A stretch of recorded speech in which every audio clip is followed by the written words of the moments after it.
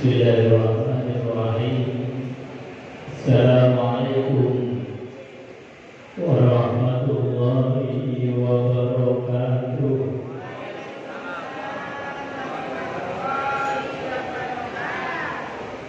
Bismillah, alhamdulillah nahmaduhu wa nasta'inuhu wa nastaghfiruh wa na'udzu billahi min shururi anfusina wa sayyiati a'malina.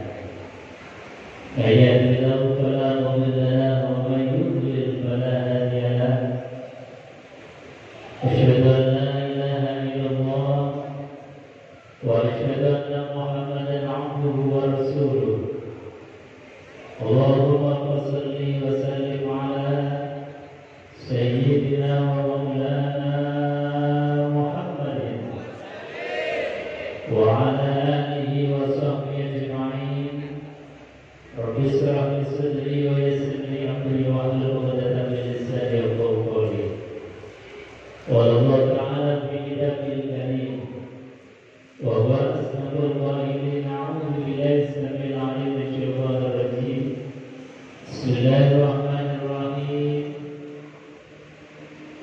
Yas'alunaka 'anil syahril haram qitalun fihi qul qitalun fihi kabir wa saddun 'an sabilillah wa kufrun bihi wal masjidil haram wa ikhraju ahlihi minhu akbaru 'inda Allah wal fitnatu akbaru minal qatl. Wa qala aidan ara'aita alladhi yukadzibu bid-din fadzalika alladhi yad'u al-yatim wa la yahuddu 'ala ta'amil miskin wa waylun lil musallin alladhina hum an salatihim sahun alladhina hum yura'una wa yamna'una al-ma'ruf. Hadratan mukarram para alim, para ulama, sesepuh wabil khusus Ketua Yayasan Masjid Mujahidin serta jajaran pengurus, takmir masjid, jamaah, Bapak Ibu, hadirin yang dimuliakan Allah Subhanahu wa taala. Tidak ketinggalan yang saya hormati grup Rebana yang luar biasa mengiringi sholawat kita, mengiringi ujian kita kepada baginda Rasulullah SAW. Mudah-mudahan sholawat kita yang kita panjatkan panjenenganipun baginda Rasulullah SAW menjawab sholawat kita. Amin Allahumma amin.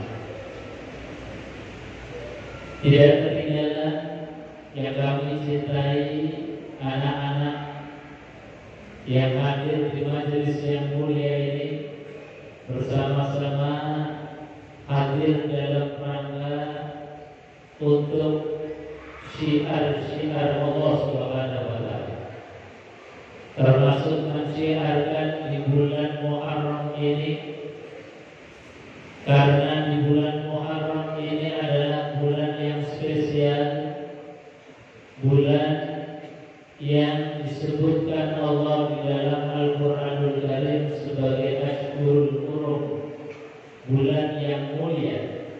Mudah-mudahan kita yang hadir di majelis ini termasuk orang-orang yang mendapatkan kemuliaan. Amin Allahumma amin.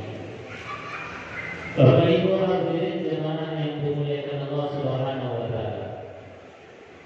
Pertama dan yang paling utama kita aturkan terima kasih kepada Allah Subhanahu wa taala. Matur nuwun dumateng Allah kelayan kalimat alhamdulillahi rabbil alamin. Kita ditakdir oleh Allah malam hari ini bisa duduk di rumahnya Allah dalam rangka yang utama adalah mengasihi kinasih Rasulullah Sallallahu Alaihi Wasallam, dalam rangka untuk menyantuni kekasih Rasulullah, orang-orang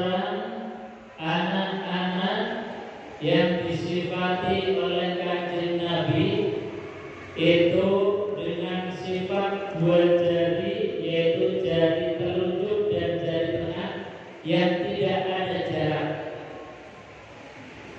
antara baginda Rasulullah SAW dan kekasihnya, kinasihnya, yaitu anak-anak yatim, anak-anak yang ditinggal meninggal orang tua. Ini adalah kinasih baginda Rasulullah SAW.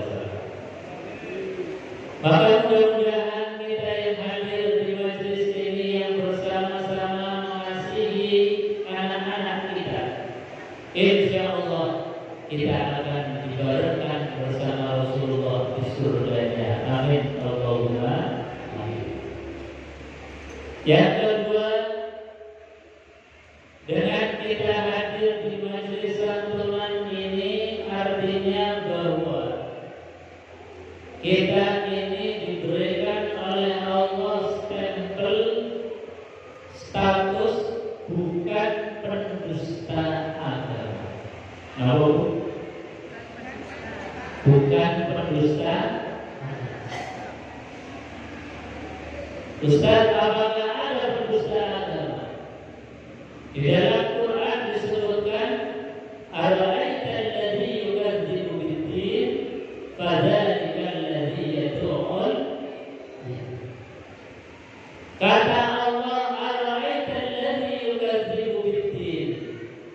Tahukah kalian orang yang mendustakan agama? Katanya beragama, tapi ternyata dianggap oleh Allah dusta. Katanya sholatnya sregep, tapi dianggap oleh Allah dusta. Katanya umroh bolak-balik, katanya haji, tapi dianggap oleh Allah sebagai pendusta agama. Kenapa? Karena ketika ada anak yatim kemudian dibiarkan tidak mendapatkan kasih sayang dari kita. Maka alhamdulillah malam hari ini Masjid Mujahidin mengadakan santunan anak yatim, dekat dengan anak yatim, mengasihi mereka. Maka insya Allah kita ini terbebas dari golongan orang-orang yang mendustakan agama. Amin Allahumma amin. Bapak Ibu hadirin jemaah yang dimuliakan Allah Subhanahu wa taala. Oleh karenanya, mari kita bersemangat untuk bersama-sama mengasihi mereka. Kita niat ikhlas dengan niat yang baik, dengan cara yang baik pula, sebagaimana tadi disampaikan oleh Pak Ketua Takmir Ustaz Julian Lok, bahwasanya cara di dalam penyampaian santunan untuk tahun ini itu tidak dipanggil anaknya satu persatu. Karena apa? Daun sewu boleh jadi anak yang sudah dewasa, besar, sudah mikir, nantinya kemudian trauma. Anak-anak yang lain masih punya bapak, dia kemudian tidak bisa lagi memanggil bapak.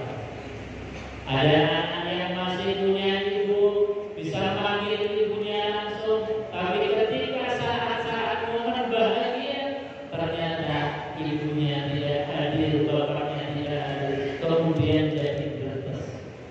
Makanya cara di dalam kita bersedekah, cara kita di dalam menyantuni sebagaimana yang dicontohkan oleh Allah di dalam Al-Quran, agar sedekah kita tidak batal, agar sedekah kita tidak hangus, dengan cara yang elegan, dengan cara yang baik. Caranya bagaimana?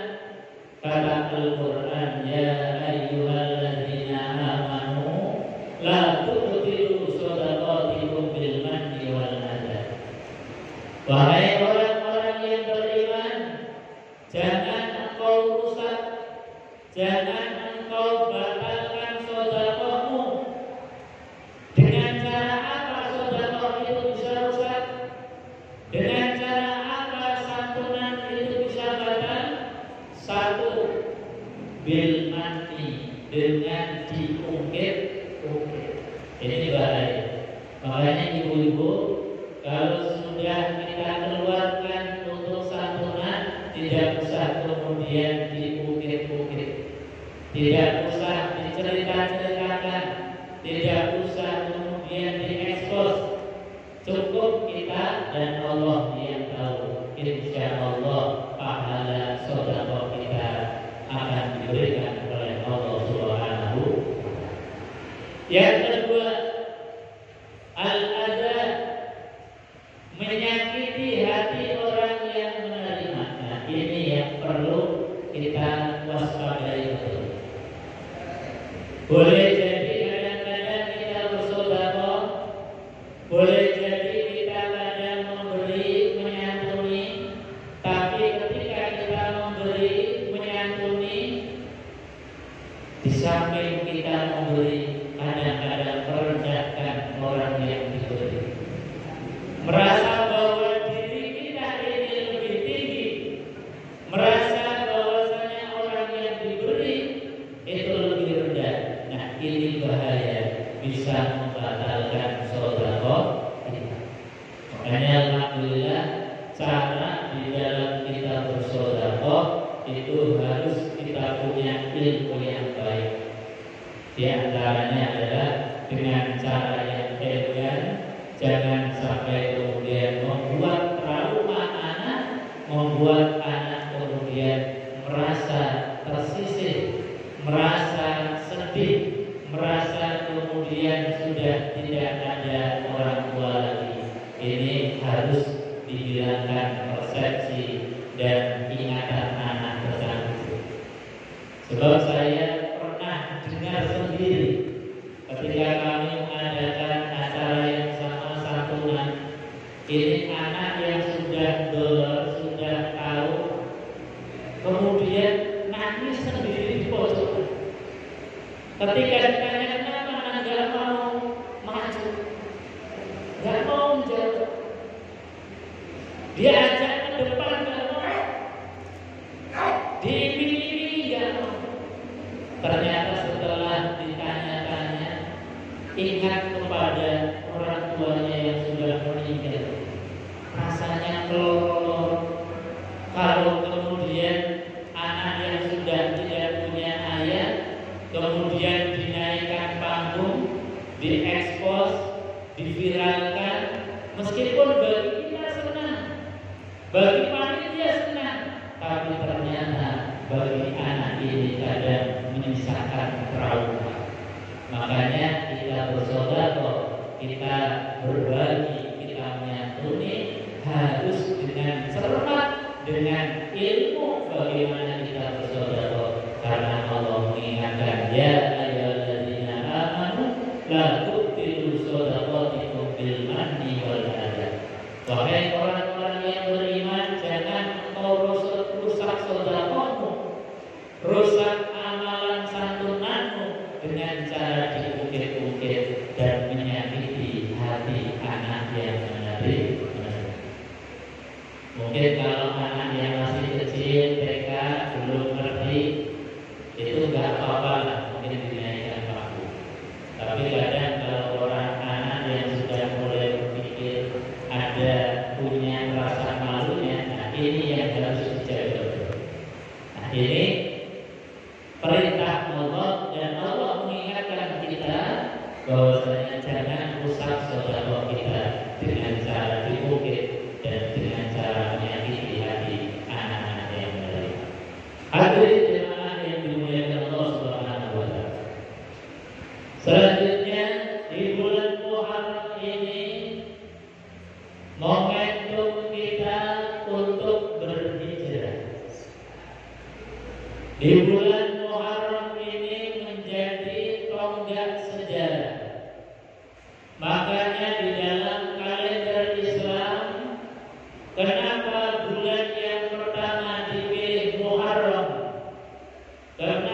Muharram dijadikan sebagai bulan awal di dalam kalender Islam karena Muharram punya cerita. Karena Muharram punya banyak kisah.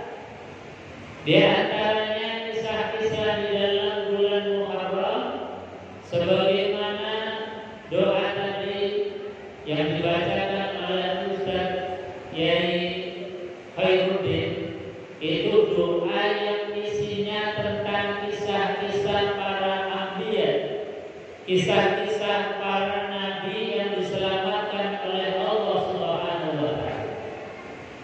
Kisahnya Nabiullah Ayub, itu diberikan oleh Allah kesembuhan dari penyakitnya, itu di bulan Muharram. Nabi Musa alaihissalam ketika dikejar-kejar oleh Fir'aun diselamatkan oleh Allah di bulan Muharram. Dan banyak nabi, banyak rasul yang kemudian diberikan oleh Allah Subhanahu wa taala keselamatan dari ujian-ujian. Maka bulan Muharram ini adalah momentum kita untuk mendapatkan keselamatan baik di dunia maupun di akhirat. Makanya Allah Subhanahu wa taala di dalam Al-Qur'anul Karim, kalau kita ingin mendapatkan keselamatan, raihlah rahmatnya Allah. Kalau kita ingin mendapatkan keselamatan, maka jaminan satu-satunya adalah rahmat kasih sayang Allah Subhanahu wa taala. Jangan andalkan sholat kita, jangan andalkan puasa kita, jangan andalkan sedekah kita. Loh, kenapa kita nggak boleh andalkan sholat kita, Ustaz? Kenapa kita nggak boleh mengandalkan puasa, sedekah, haji, umrah kita? Namun saya di dalam hadis baginda Rasulullah SAW itu menjelaskan amal kita ini amal yang sangat-sangat sedikit. Amal-amal kita ini amal-amal yang tidak bisa dibanggakan. Kalaupun mau dibanggakan amal kita untuk mengganti satu nikmat dari Allah saja, itu rasanya belum cukup. Amal sedekah kita untuk mengganti mata kita belum cukup. Sholat kita yang kita laksanakan, yang kita lakukan tiap hari, siang malam kita rukuk, kita sujud untuk mengganti satu nikmat dari Allah, rasanya belum cukup. Tahajud yang kita laksanakan tiap malam tidak cukup. Haji yang kita lakukan dengan membayar jutaan rupiah tidak cukup untuk membayar satu nikmat dari Allah Subhanahu wa taala. Makanya Al-Imam At-Tabari As-Sakandari dalam kitab beliau mengatakan min alamatil i'timad 'alal amal nuqsanur roja' 'inda wujudiz zalal. Ciri orang yang hanya bergantung kepada amal, tidak bergantung kepada rahmatnya Allah, ketika dia dipuji kemudian suudzon sama Allah Subhanahu wa taala. Ya Allah, saya sudah tahajud tiap malam, kok ujiannya nggak selesai-selesai. Ya Allah, saya sudah sholat duha tiap hari, katanya kalau sholat duha itu rezekinya tidak akan pernah kurang, kok saya masih begini-begini saja. Nah, kalau orang kemudian hanya mengandalkan amal, ketika dipuji oleh Allah, kemudian yang muncul adalah suudzon sama Allah. Makanya ibadah itu wajib, sholat 5 waktu wajib, puasa Ramadan itu wajib, zakat itu wajib. Tapi jangan kemudian kita kita mengandalkan ibadah saja. Karena kalau kita mengandalkan ibadah saja, maka kalau Allah itu mau hitung-hitungan, berarti surganya kita cukup 60 tahun saja. Kalau kita ini mau mengandalkan masuk surga dengan ibadah kita, maka boleh jadi kita masuk surga itu cuma 10 tahun, cuma 20 tahun, cuma 30 tahun. Tapi alhamdulillah, kata baginda Rasulullah SAW, kita masuk surga ini bukan karena sholatnya, bukan karena puasanya, tetapi karena rahmatnya Allah Subhanahu wa Ta'ala. Karena masuk surga dengan rahmat, yang rahmat itu wasi'ah, sangat luas, maka masuk surga pun tanpa batas. Hadirin jemaah yang dimuliakan Allah. Lalu bagaimana cara kita ini untuk mendapatkan rahmat Allah Subhanahu wa Ta'ala? Nah, ini yang harus kita tahu persis. Kita belajar malam ini cara untuk mendapatkan rahmatnya Allah. Di dalam Al-Qur'anul Karim Allah berfirman, innal ladzina amanu wal ladzina hajaru wa jahadu fi sabilillah ulaika yarjuna rahmatallah. Kata Allah Subhanahu wa Ta'ala, mereka itulah orang-orang yang mengharap rahmatnya Allah. Mereka itulah orang yang mengharapkan kasih sayang Allah Subhanahu wa Ta'ala. Siapa saja? Kata Allah, satu adalah orang yang hatinya ada iman kepada Allah Subhanahu wa Ta'ala. Jadi Allah sampaikan, innal ladzina amanu, sesungguhnya orang-orang yang beriman, satu harus ada iman. Iman itu yang bagaimana? Kata baginda Rasulullah SAW, iman itu adalah tasdiqu bil qalbi, hatinya membenarkan bahwasanya Allah Tuhan kita. Baginda Rasulullah SAW adalah utusan Allah. Hati kita yakin betul. Kita ucapkan terus-menerus, asyhadu an la ilaha illallah wa asyhadu anna Muhammadan Rasulullah. Jadi wajib dalam hati meyakini bahwa Allah Tuhan kita.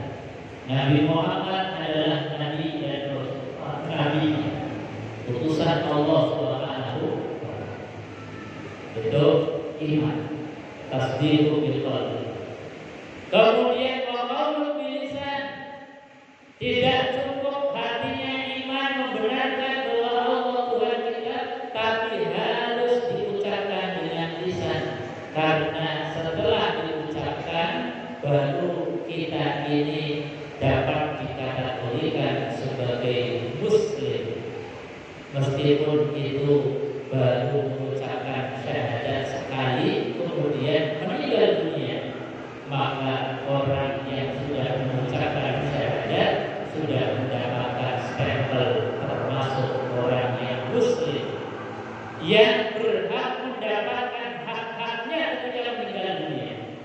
Harus dimandikan, dikafani, disolatkan, dimakamkan ala muslim. Meskipun mungkin sebelumnya itu kafir bertahun-tahun, tapi ketika seorang itu sudah mengucapkan kalimat asyhadu an la ilaha illallah wa asyhadu anna Muhammadar Rasulullah, maka wajib dia mendapatkan surganya Allah Subhanahu wa Ta'ala. Ini tasdiqu bil qalbi wa qaulun bil lisan.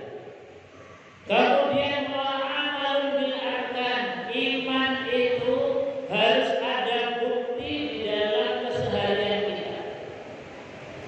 Kita ngomong 1000 kali beriman,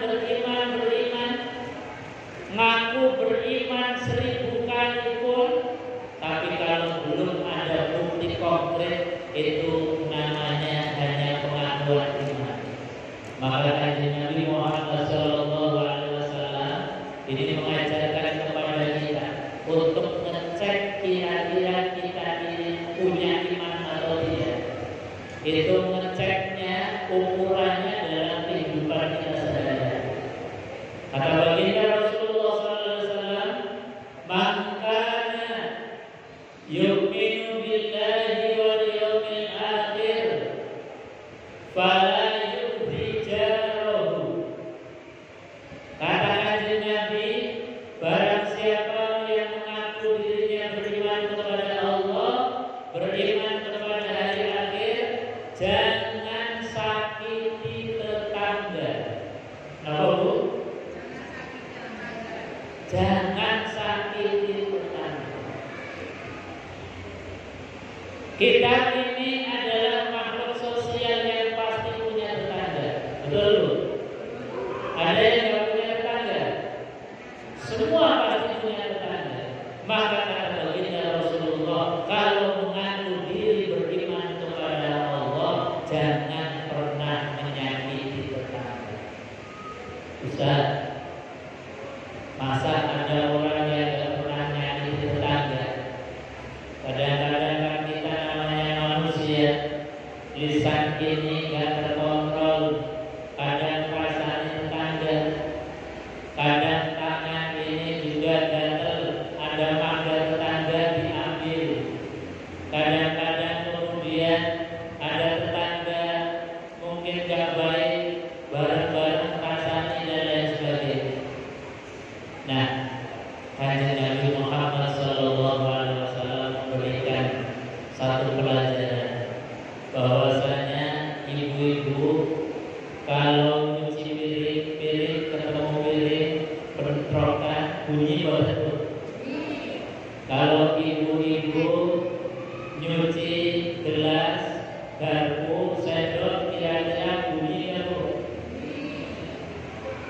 Kalau kita ini dalam kehidupan ini hanya sekedar saling bunyi, itu insya Allah mudah-mudahan masih dimaksud. Yang dimaksud oleh baginda Rasulullah SAW, ketika kita bertetangga, maka jagalah tetangga itu jangan sampai kemudian retak, apalagi sampai pecah. Kalau sudah sampai pecah dan kita itu disengaja, maka kita mengaku diri beriman kepada Allah 1000 kali pun itu dibatalkan oleh Allah Subhanahu. Tapi kalau sekedar ya namanya lumrahnya orang, kadang-kadang mungkin ada sedikit gesekan, ya lumrah, itu masih dianggap wajar oleh baginda Rasulullah. Meskipun itu pun salah, harus tetap diistighfari setiap hari. Makanya kita harus jaga betul kita punya tetangga. Karena apa? Hubungan kita bertetangga adalah barometer ukuran iman. Yang kedua, kata baginda Rasulullah SAW, maka yu'minu billahi wal yawmil akhir, barang siapa yang mengaku diri beriman kepada Allah, beriman kepada hari akhir, fal yukrim dhaifa. Kata Nabi, muliakan tamu. Ibu-ibu pernah punya tamu? Pernah muslim? Tamu itu sejatinya adalah, kata Rasulullah, adalah utusan Allah Subhanahu wa Ta'ala. Jadi kalau kita ini kedatangan tamu, menurut saya, kadang-kadang kita ketika ada orang salam, assalamualaikum, diincar dulu dari korden. Kira-kira yang datang ini bawa stok atau enggak? Kalau yang datang itu bawa stok, korden ditutupkan. Tapi kalau yang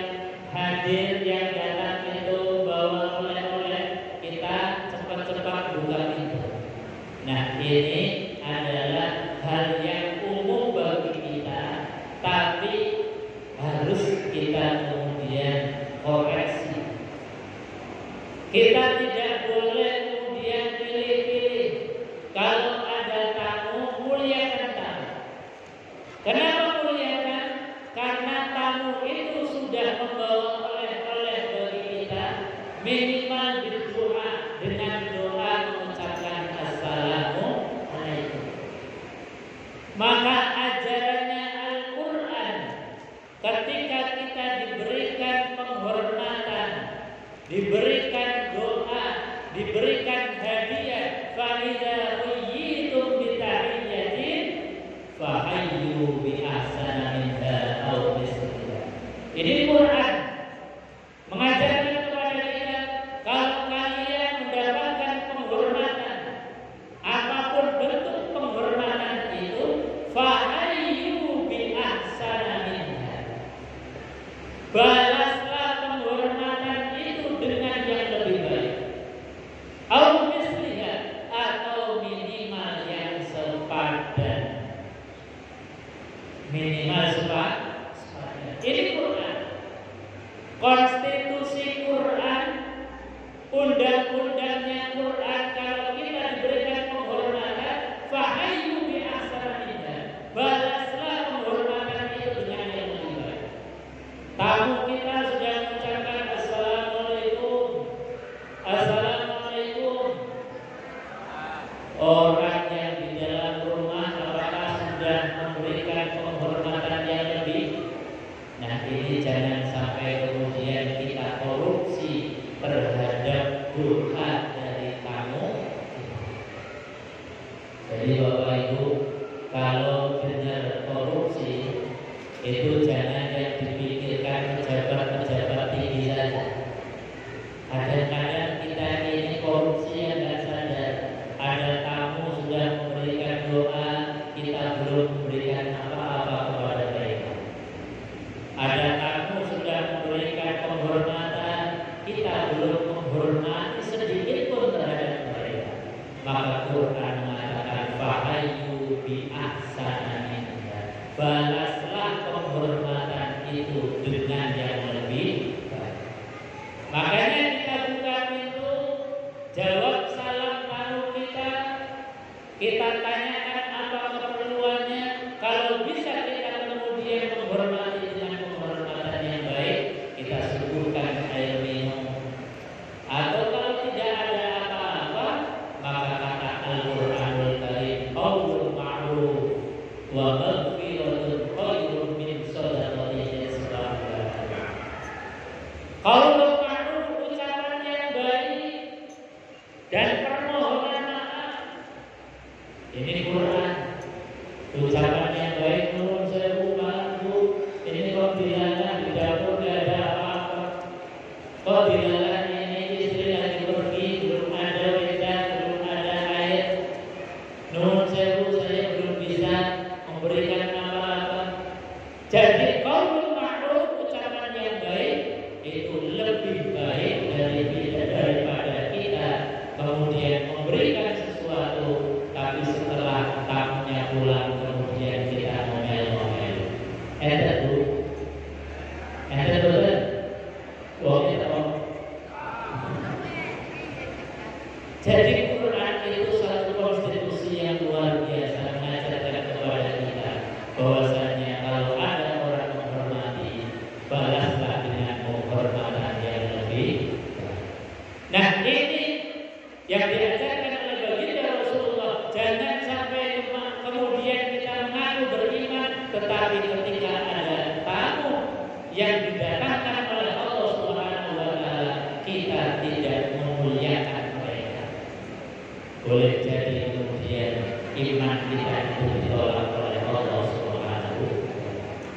Makanya kita punya orang tua, punya guru-guru, itu luar biasa di dalam masalah tamu.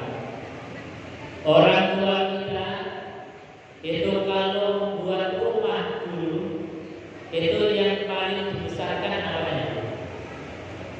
Yang dibesarkan namanya ruang tamu. dibikin gazebo joglo besar, interiornya dikasih hiasan, meja kursinya yang bagus. Itu orang tua kita membuat rumah yang paling dibesarkan adalah ruang. Orang tua kita dulu, guru-guru kita mengajarkan kalau nggak punya tamu sengaja mengundang. Coba ibu kita perhatikan tradisi kita di Indonesia, nggak punya tamu sengaja mengundang tamu. Ibu-ibu baru melahirkan, tetangganya diundang menjadi tamu kita. Nanti 1 minggu kita akikohan, tamu diundang. Nanti anak kita buka tamu, tetangga saudara datang menjadi tamu. Anak menikah masih buka untuk datangnya. Sampai meninggal dunia pun pintu rumah tidak tertutup, dibuka untuk tamu yang datang. Kenapa? Karena tamu ini sejatinya adalah barometer ukuran iman. Maka kalau kita ini pengen iman kita ini tipis atau kadal, besar atau kecil, itu lihat kebiasaan rumah kita. Dalam 1 bulan rumah kita kedatangan tamu itu berapa? Dan kita sudah rumah tamu itu sebagaimana? Itu ukurannya. Semakin banyak rumah kita didatangi tamu, artinya Allah percaya bahwa kita ini adalah orang yang mampu memuliakan tamu-tamunya Allah. Ini kajian Nabi Muhammad SAW di dalam mengukur iman itu bukan hal-hal yang besar, bukan hal-hal yang kemudian orang yang umrohnya bolak-balik, bukan orang yang pernah tidak haji ke Mekah, tapi ukuran iman itu dari keseharian kita. Seharian kita kumpul dengan tetangga, itulah ukuran iman. Seharian kita ini kedatangan tamu, maka itulah ukuran iman. Dan ukuran iman yang ketiga adalah kita Rasulullah Sallallahu Alaihi Wasallam. Maka yu'minu billahi wal yawmil akhir falyaqul khairan aw liyasmut. Orang yang beriman kepada Allah itu sanggup menjaga lisannya. Lisannya ini gak gampang ngomong, lisannya ini gak gampang berucap. Meskipun itu ucapan baik, dipikir dulu, ditimbang dulu. Sebagaimana pelajaran yang disampaikan oleh Imam Syafi'i. Imam Syafi'i punya pengajaran luar biasa.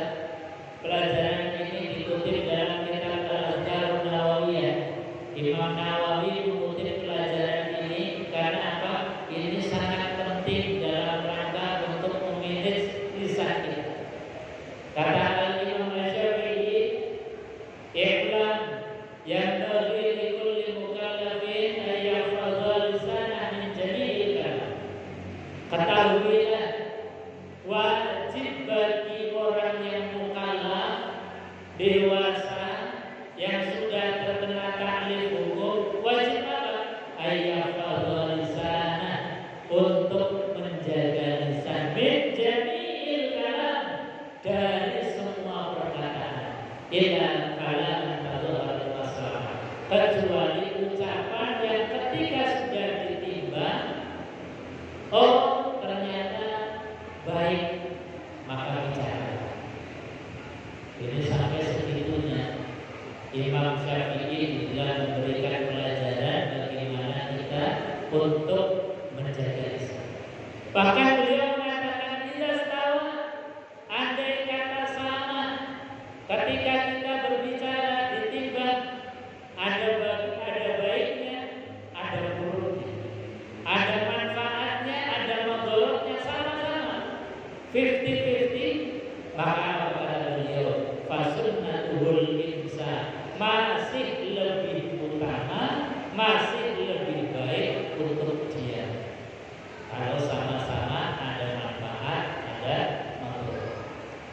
Saking bahayanya kalau kita ini tidak bisa menjaga lisan. Bahkan Allah Subhanahu wa Ta'ala sudah dipakai neraka khusus untuk orang-orang yang tidak bisa menjaga lisan, namanya neraka sakor. Ketika penghuni neraka sakor itu ditanya, "Ma salakakum fi sakor?" Apa yang menyebabkan kamu masuk ke dalam neraka sakor? Jawaban mereka, "Qalu lam naku minal musholin." Dulu kami di dunia enggak sholat. Wa lam naku nut'imul miskin. Dulu di dunia meskipun kami kaya, enggak senang untuk berbagi makanan. Wa kunna na'udzu ma'al ghaidin.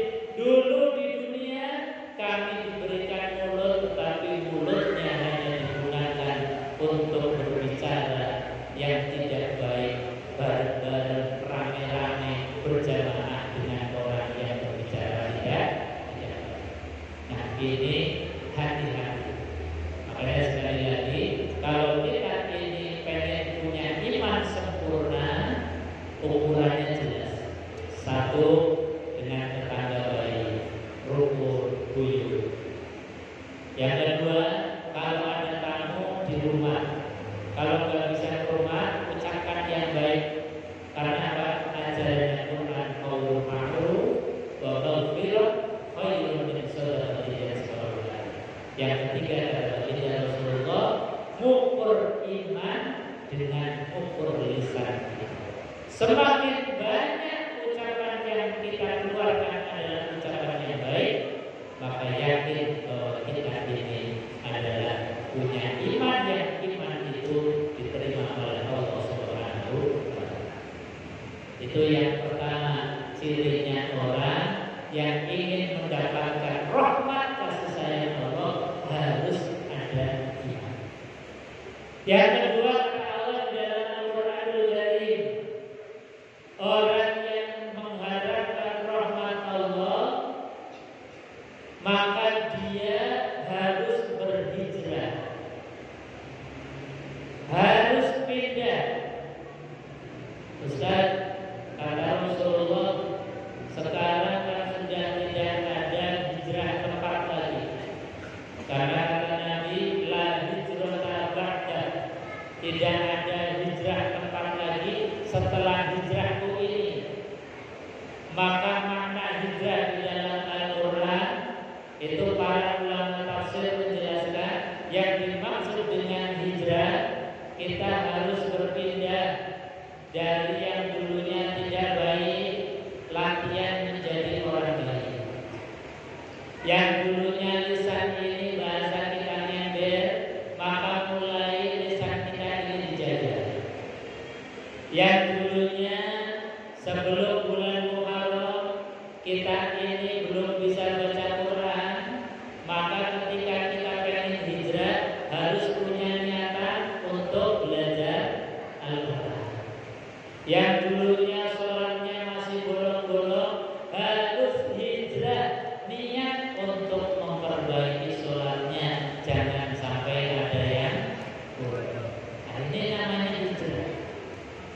Jadi orang yang menanamkan betul ada kesungguhan ingin pindah dari satu kondisi kepada kondisi yang lebih baik. Dan hijrah saja tidak cukup, kata Allah.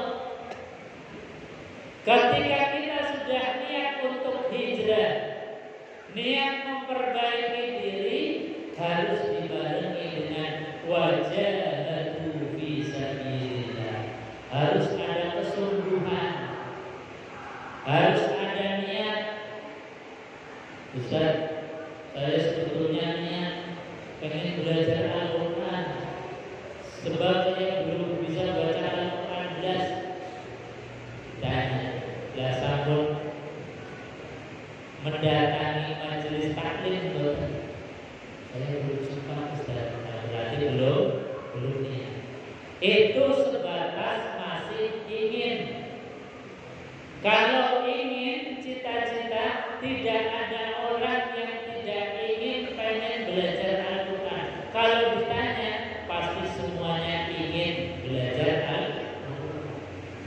Tapi tidak semua orang punya niat untuk belajar Al-Quran. Sebab antara ingin dengan niat itu beda. Kalau di dalam bahasa fikih, yang namanya niat itu qasdu syai'in muqtaranan bi fi'li. Menyengaja sesuatu untuk melakukan sesuatu, itu baru namanya niat. Jadi kalau kita ini niat sholat, ya sudah berangkat dari rumah, sudah wudu, kemudian kita sudah menghadap ke kiblat, tangannya diangkat mengucapkan kalimat takbir Allahu Akbar. Nah, dalam kalimat takbir hati kemudian kita niat, itu namanya niat. Kalau kita niat ingin belajar Quran, berarti sudah mulai berangkat dari rumah, mendatangi guru untuk belajar mulai dari abakasa. Nah, itu namanya niat. Jadi beda antara niat dengan ingin. Semua orang ingin, tetapi tidak semua orang punya niat untuk berubah. Maka sekali lagi, kalau kita sudah mau berhijrah, harus dibarengi dengan wajahatu fi sabilillah, kesungguhan untuk di jalan Allah Subhanahu wa taala. Para ahli tafsir menafsirkan wajahatu fi sabilillah itu dengan 3 hal. Yang pertama adalah adanya rencana, adanya niat. Ini yang pertama. Kalau dalam bahasa modern itu namanya planning, ada rencana. Kemudian yang kedua itu eksekusi, pelaksanaan. Jadi kalau ingin belajar, ya harus menghadap guru. Ketika kita sudah menghadap guru, itu sudah namanya kesungguhan. Kemudian yang ketiga, harus ada evaluasi. Kira-kira setahun yang lalu kita sudah menghasilkan apa ya? Apakah ada perubahan tahun berikut, tahun sebelumnya dengan tahun yang kemarin? Dan untuk tahun yang akan datang, apakah sudah ada rencana untuk perbaikan? Nah, kita tidak akan bisa merencanakan perubahan kecuali dari hasil evaluasi kinerja kita, ibadah kita sebelumnya. Makanya para ahli tafsir menjelaskan bahwasanya wajahatu fi sabilillah harus ada 3 unsur. Pertama adalah rencana, yang kedua adalah pelaksanaan, yang ketiga harus ada evaluasi. Maka insya Allah kinerja kita itu sebagaimana yang diharapkan oleh Al-Quran, fa'idha farogta famsod, senantiasa kita terus naik dan naik terus. Nah, itulah derajatnya orang-orang soleh, derajatnya para wali, derajatnya para nabi dan rasulnya Allah Subhanahu wa taala. Mudah-mudahan orang rekan sisi ada peningkatan, orang rekan sisi ada perubahan yang lebih baik. Insya Allah kita akan diwafatkan dalam keadaan husnul khotimah. Amin ya rabbal alamin. Bapak Ibu hadirin jemaah yang dimuliakan Allah Subhanahu wa taala, saya kira itu untuk pengajian pada malam hari ini. Nasihat dari Al-Quran, nasihat dari baginda Rasulullah SAW. Bahkan kita tadi di awal majlis sudah menghadirkan Rasulullah dengan sholawat, karena Rasulullah SAW itu adalah tibbil qulub wa dawaiha, dokternya hati kita. Kanjeng Nabi itu adalah dokternya hati. Kanjeng Nabi itu juga obatnya hati kita. Maka ketika kita ini dapat ilmu, kemudian ilmunya itu tidak masuk meresap di dalam hati, berarti hati kita masih banyak penyakit.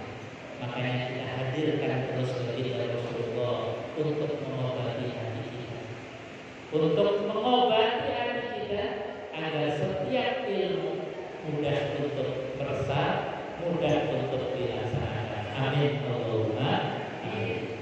Mari kita bersolawat tibil qulub bersama-sama. Sekali lagi mudah-mudahan Rasulullah hadir di majelis ini menjadi obat dan dokter atas penyakit-penyakit yang ada di dalam hati kita.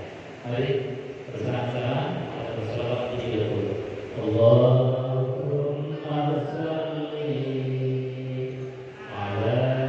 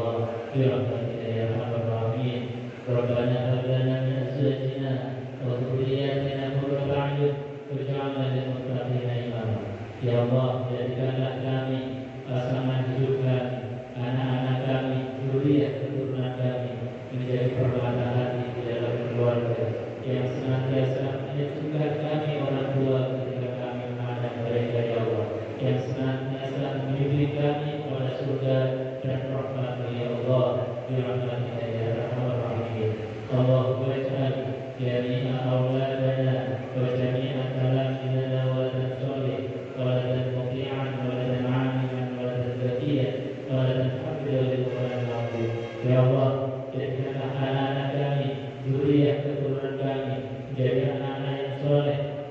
anak-anak yang taat, anak-anak yang berbakti, anak-anak yang dekat dengan Al-Quran, anak-anak yang senantiasa menghafalkan kalam-kalam Al-Quran dari Rahmatika ya Arhamar Rahimin. Allahumma barik lana ilman nafi'an wa qalban khashi'an wa 'amalan mutaqabbala.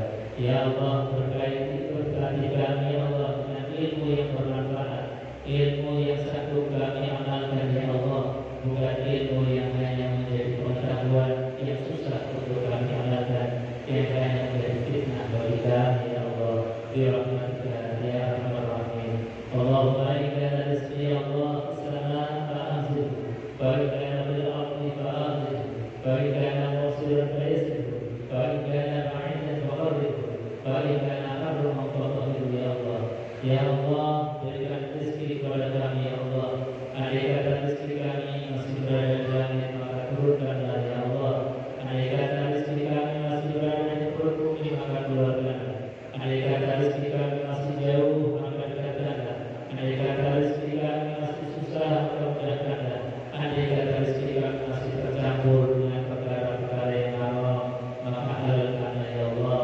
Bi rahmatika ya arhamar rahimin. Allahumma balighna ya Allah, baligh jam'iyatana hada ila Makkah wal Madinah ya dalil haji wal umrah wa ziyarat qabri nabiyyina Muhammad sallallahu alaihi wasallam bi suhulatin